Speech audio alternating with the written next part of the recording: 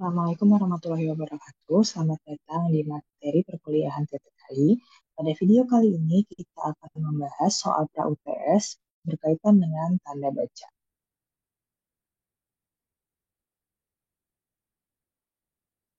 Oke, jadi untuk soal yang pertama terdapat 4 kalimat. Yang pertama, kalimatnya berbunyi, ada beberapa cara mengindonesiakan kata berbahasa asing. Tiga di antaranya penerjemahan, pemadanan kata, dan penyesuaian lafal. Dalam kalimat ini, kalimat termasuk ke dalam kalimat rincian. Pada EYD 5, fungsi tanda koma salah satunya adalah digunakan di antara unsur-unsur perincian berupa kata, frasa, atau bilangan. Nah, di dalam kalimat ini penggunaan tanda komanya sudah tepat karena ada dia memisahkan unsur-unsur dalam perincian. Jadi ada penerjemahan koma, pemadanan kata koma, dan penyesuaian lafal. Kemudian sebelum kata dan, dia juga dipisahkan dengan tanda koma. Jadi kalimat yang pertama ini dia sudah benar. Kemudian yang kedua, ini terdapat kalimat cara penerjemahan dilakukan koma. Misalnya koma, pada kata Car Free Day, tanda petik, hari bebas kendaraan bermotor, tanda petik, dan timeline, tanda petik lini masa, tanda petik. Nah, kalimat ini penggunaan tanda bacanya keliru, karena seharusnya digunakan bukanlah tanda petik, melainkan tanda petik tunggal. Tanda petik tunggal digunakan untuk mengapit makna, padanan, atau penjelasan kata atau ungkapan. Dalam kalimat ini, hari bebas kendaraan bermotor dan lini masa merupakan terjemahan ya. Jadi hari bebas kendaraan bermotor terjemahan dari Car Free Day, lini masa terjemahan dari timeline. Sehingga seharusnya yang digunakan adalah tanda petik tunggal. Sementara tanda petik yang digunakan dalam kalimat ini itu sebenarnya untuk mengapit istilah ilmiah yang kurang dikenal atau kata yang mempunyai arti khusus. Oleh karena itu, tanda baca dalam kalimat nomor 2 ini keliru. Kalimat nomor 3, upload, unggah, dan download, unduh merupakan dua contoh kata bahasa asing yang diindonesiakan dengan cara pemadanan kata. Nah, kalimat nomor 3 ini sudah benar karena tanda petik tunggal digunakan untuk mengapit makna, padanan, penjelasan kata, atau ungkapan. Nah, dalam kalimat, kata unggah merupakan makna dari upload dan unduh merupakan makna dari download, sehingga tanda bacanya sudah benar. Nomor 4, adapun beberapa contoh kata berbahasa asing yang diindonesiakan dengan cara penyesuaian lafal koma, yakni titik dua, komputer, kamera, riset, dan risiko. Nah, penggunaan tanda baca dalam kalimat ini keliru. Seharusnya perincian itu tidak diberikan tanda titik dua. Kenapa? Karena tanda titik dua digunakan pada akhir suatu pernyataan lengkap yang langsung diikuti oleh perincian atau penjelasan. Cirinya, kalau sudah ada kata seperti, misalnya, contohnya, yakni, itu tidak perlu ditambahkan tanda titik dua. Sehingga penulisan nomor 4 ini, tanda bacanya keliru. Selanjutnya, penulisan tanda baca yang benar juga ada dalam keempat kalimat ini. Nah, dari keempat kalimat ini, yang benar adalah kalimat yang pertama, kalimat yang kedua, dan kalimat yang ketiga. Yang pertama, paling tidak, koma, ada tiga kemampuan yang harus dimiliki orang terpelajar. Titik dua, A. Berpikir kritis, ada komanya. B. Kreatif, ada komanya. Dan C. Inovatif. Nah, penulisan kalimat ini termasuk ke dalam kalimat perincian, sehingga tanda baca yang digunakan juga sudah benar.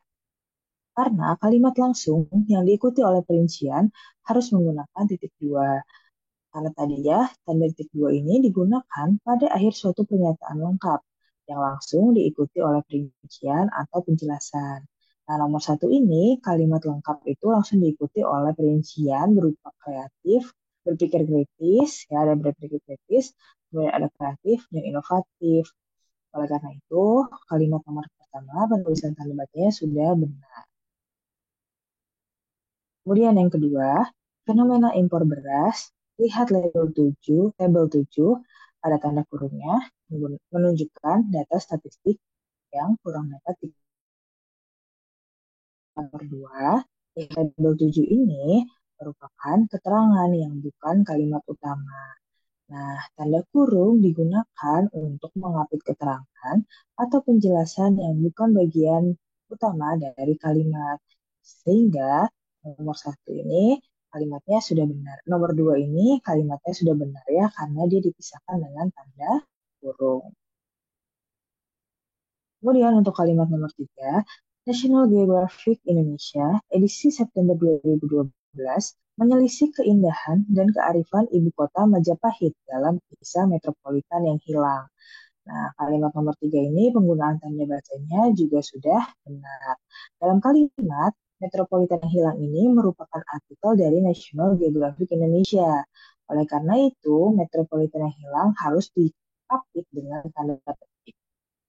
Tanda petik digunakan untuk mengapit judul puisi, judul lagu, judul artikel, judul naskah, judul bab buku, judul pidato atau khotbah, atau tema dan subtema yang terdapat dalam kalimat.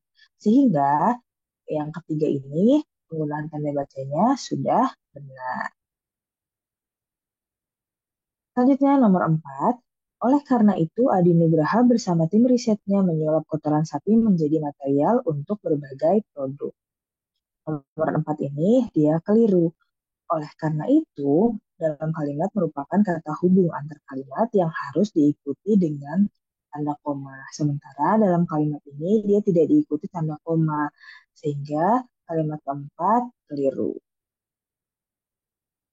Selanjutnya, kalimat yang pertama, emiten tambang BUMN PT Aneka Tambang Tbk dalam kurung Antam resmi melaksanakan spin-off segmen bisnis nikel senilai rupiah. Nah, ini salah di sini ya.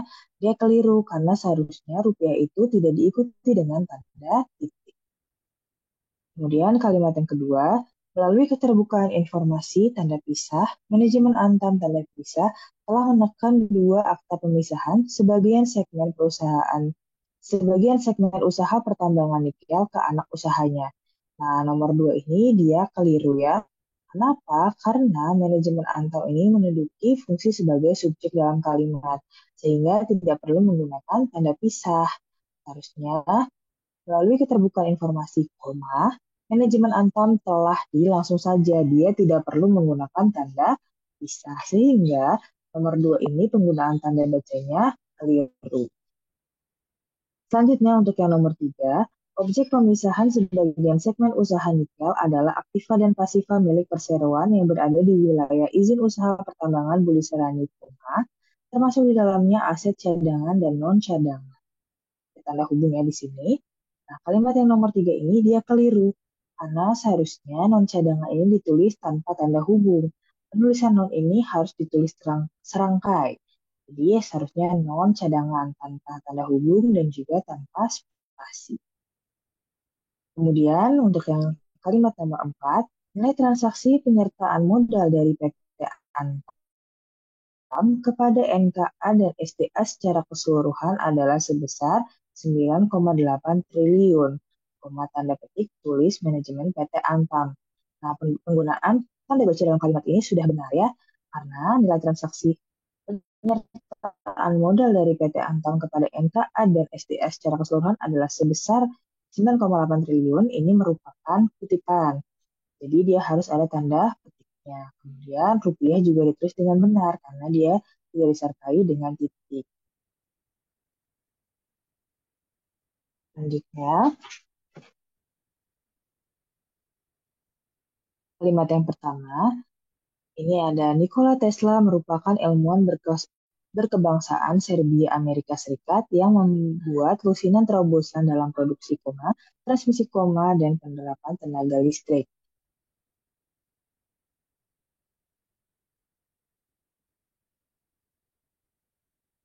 Penulisan kalimat ini sudah benar ya, tanda bacanya. Jadi di perinciannya sudah dipisahkan oleh tanda koma, di sini juga sudah ada tanda hubungnya. Jadi penulisan dalam tanda baca dalam kalimat pertama ini sudah benar. Kemudian yang kedua, selama hidupnya, Tesla memperoleh 111 paten Amerika Serikat dan memegang sekitar 300 paten dari negara-negara di seluruh dunia. Nah, penulisan yang kedua ini juga sudah tepat. Dipisahkan oleh tanda koma ya. Selama hidupnya koma, Tesla, kemudian negara-negara juga diberikan tanda hubung karena dia merupakan kata ulang ya. Tanda hubung digunakan untuk kata ulang sehingga penulisan nomor 2 kalimatnya sudah benar. Kemudian untuk nomor 3 di sini ada drone, koma, robotika, koma, dan transmisi daya nirkabel dalam kurung hal-hal yang dibayangkan Nikola Tesla, ini ada tutup kurung, masih terus dikembangkan hingga saat ini. Penulisan ini juga sudah benar karena di sini ada perincian ya. Perinciannya dipisahkan dengan tanda koma. Kemudian, hal-hal yang dibayangkan Nikola Tesla ini merupakan keterangan atau kalimat penjelas sehingga harus menggunakan tanda kurung. Sekali lagi, tanda kurung digunakan untuk mengapit keterangan atau penjelasan yang bukan bagian utama dari kalimat, sehingga penggunaan tanda kurung dalam kalimat ketiga ini sudah benar. Selanjutnya ada kalimat nomor 4. Kalimat nomor 4 ini, tanpa kontribusi penting dari penemu imigran ini, tidak diragukan lagi bahwa inovasi Amerika Serikat akan tertinggal secara signifikan di awal 1900-an. Nah, di sini keliru ya, karena seharusnya 1900-an ini diberikan tanda hubung. Tanda hubung itu berfungsi untuk menghubungkan penulisan huruf dan angka yang ditulis secara serangkai. Sehingga 1900-an ini harus ada tanda hubungnya. Selanjutnya ada 4 kalimat. Ini kalimat yang pertama. Kemampuan sosialisasi sains dan teknologi kurang diperhatikan, tetapi masyarakat dituntut mampu menggunakan dan mengaplikasikan berbagai teknologi baru pada masa pandemi COVID-19 yang lalu. Nah, di sini kalimatnya penggunaan tanda bacanya sudah benar. Kemudian yang kedua, pemain asal Yunani yang mendapat julukan The Greek Freak ini berhasil membawa Milwaukee Bucks menjuarai NBA pada musim 2020 sampai dengan 2021. Nah, penulisan nomor 2 ini dalam kalimat ini yang keliru adalah tanda hubung di tahun. Seharusnya penulisan tahun ini karena dia menunjukkan waktu itu menggunakan tanda pisah. Tanda pisah digunakan di antara dua bilangan, tanggal baik itu hari, bulan maupun tahun, atau tempat yang berarti sampai dengan atau sampai ke. Karena musim 2020 dan 2021 ini menunjukkan makna sampai dengan, seharusnya dia menggunakan tanda pisah, bukan tanda hubung. Selanjutnya, kalimat nomor 3, masalah pengemis merupakan masalah yang kompleks sehingga harus ditanggulangi antara lain dengan program bimbingan sikap mental koma, sosial koma, dan keterampilan kerja. Ini merupakan kalimat rincian ya, dan dia harus disertai dengan tanda koma, sehingga kalimat nomor 3 ini penggunaan komanya sudah benar. Selanjutnya yang keempat, rumput dan semak tumbuh subur selama musim hujan dari Juni sampai dengan November. Di sini ada sampai dengan yang dipisahkan oleh garis miring. Nah, penulisan ini keliru karena singkatan yang terdiri atas dua huruf itu harus dipisahkan dengan tanda titik. Jadi seharusnya sampai S titik D titik sampai dengan ya, sehingga untuk soal yang ini yang benar adalah kalimat yang pertama dan kalimat yang ketiga.